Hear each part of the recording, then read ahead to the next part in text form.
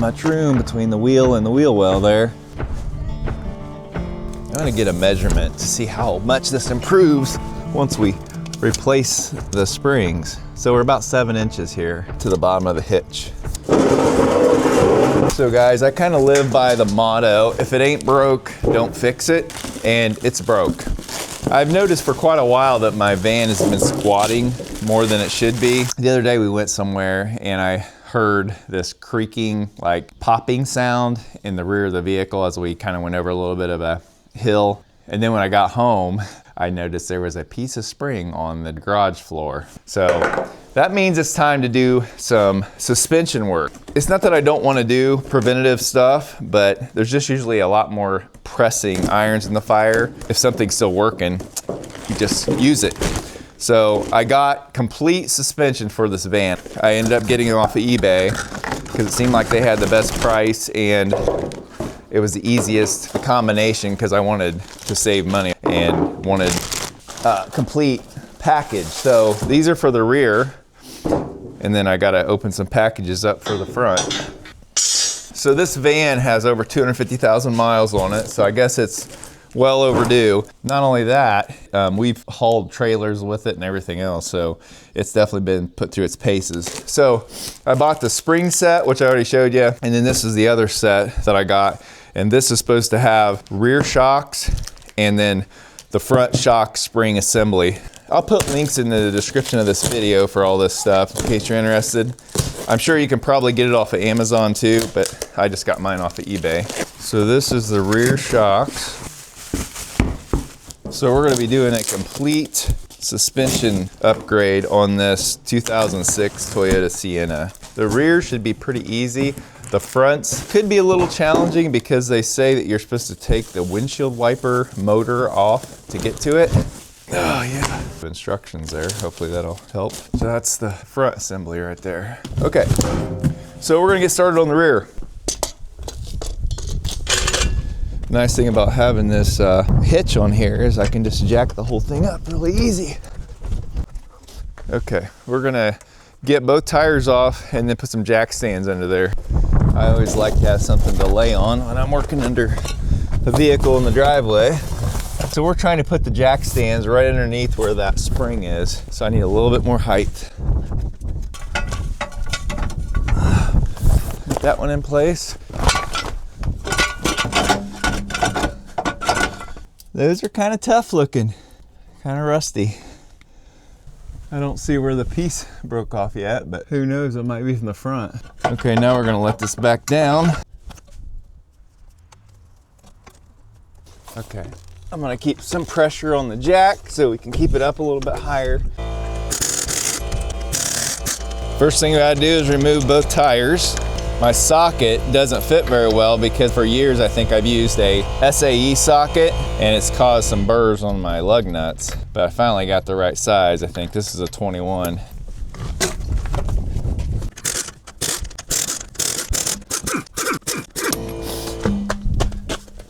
Random pin here laying on the ground. I'm sure that goes to something important.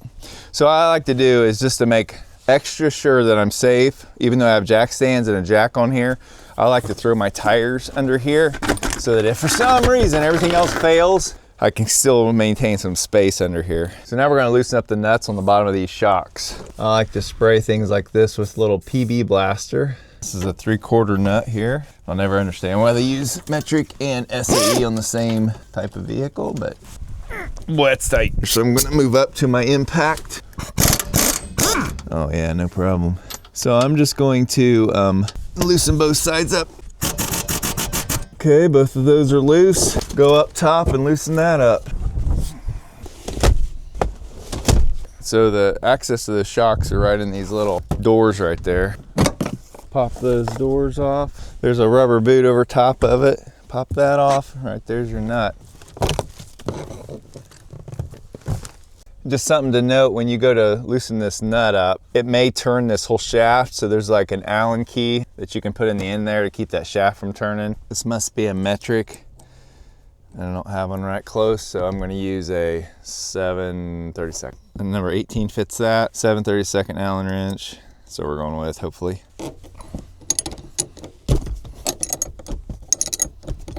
Be very careful getting your nuts and stuff out of here. You don't want them falling down in there where you can't get to them. So actually I'm gonna put this nut on here just to keep things from flying off, and I'm gonna work this rubber washer and stuff off. There we go. There we go. Now it's just the shock. Same thing on this side. Once you crack it loose, it really turns pretty easy, but it's just a lock nut, so it has some friction on it the whole way. Because I don't have the right size Allen wrench, it likes to get stuck in there. Okay, now I got the nut loose. I'm gonna use my screwdriver to get all this other stuff loose before I get that nut off. Don't get in a hurry on this part. Drop stuff in there. Have to take this apart to get to it. That's all the stuff you need to get out. Now we're ready to go to the bottom.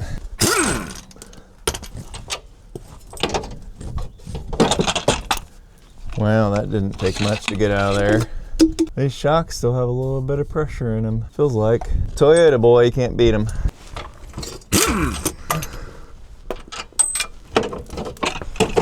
Drops right out. So now I gotta get this jacked back up to make some room for the springs to come out. Let's see if we can get them out now.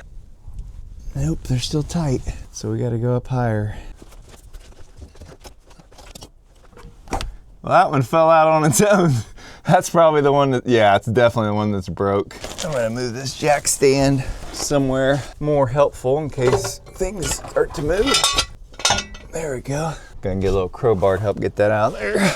I think this is holding that spring in for coming out. I'm gonna be careful though, I don't want things to move. Yeah, I was holding it up a little bit too high. So then we'll put this jack stand up here for safety. I should be able to pop this out. This is a broken piece just laying in here. That's why it was making sounds. Okay, those springs are out. This has like a rubber thing up here it sits on. Let's go look at the new ones. So we're getting ready to put these new springs in, and kind of a guess at this point, but you notice how it's flat right up here and on the bottom, there's more space. I believe the flat part goes up. We'll see if I'm right, if this goes together. So there is a little like catch right here, and I believe that's where the spring right here comes around and hits right there. So that should kind of determine how this goes in there. And on the top, there's some imprints in this rubber piece where it was sitting before. So we'll just see how all this lines up. So we got our flatter part upward, and we know where this bottom piece is kind of going to end. So I think we want to go up here first, and then we got to force this bottom in without knocking our van off of the jack. Oh, there we go. I think that's where it should go. So then when I let it down, it'll compress that spring into the right spot. So that little divot thing is right back there, and my end of my spring is right there, so it should work. Looks ugly right now though. All right, we're getting ready to put this side in. Just trying to get any extra dirt out of there that doesn't need to be in there, causing trouble. I have my jack stands there, but you may want to actually have those out to make more room for your spring installation. I'm just going to leave it right there, and I want to make sure I know where my divot is. I know where to situate my spring. So you might want to have gloves for this too, but you know me, I don't wear gloves. Okay. I think if I use my foot, I can push it in there. There we go. Yep. Okay, so my springs are in there. Now I can go back to work on the shocks.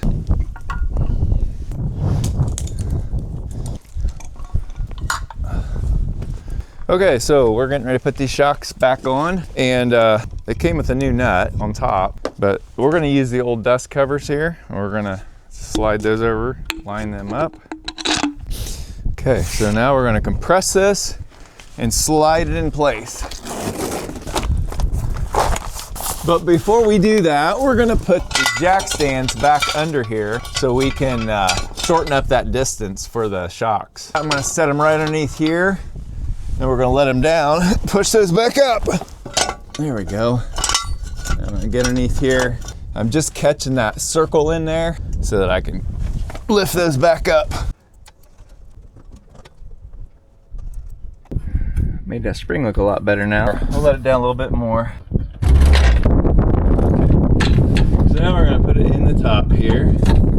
And hopefully, oh yeah, lines up just right. Now we'll just put our washer and our nut back on here loosely to hold it in place.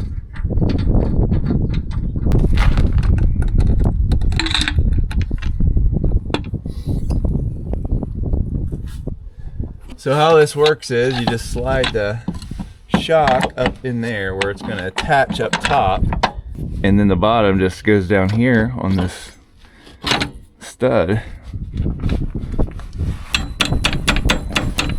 A little bit bound up, and no big deal. Tighten this end up.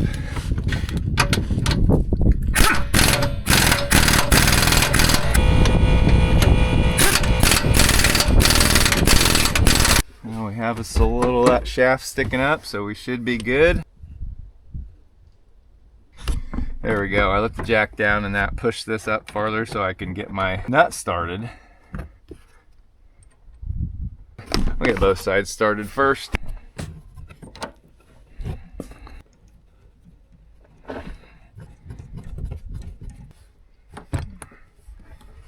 Okay, that must be a different size Allen key on top of these. That might work. I don't even know what that is, but you want something in there so you can turn it and tighten it without turning on you. All right, so get it good and tight. Put your little rubber cap back on there. I'm not exactly sure the best way to do that. I think I'm gonna catch it on that side and then stretch it onto this side. I could just have a little bit on this side I can't get. There we go. And take your little door back in there.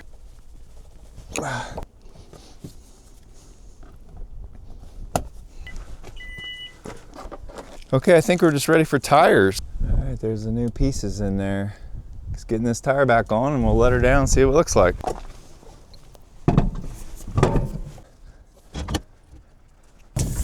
right, we had 7 inches before. Let's see what we're at now. Okay, not significant, but 7 3/4. So we brought it up some. That wasn't the goal anyway. The goal is not to have broken spring. I can tell there's a little bit more distance right there too. So that really wasn't that bad. That maybe took an hour, hour and a half at the most. It's not too bad of a job really.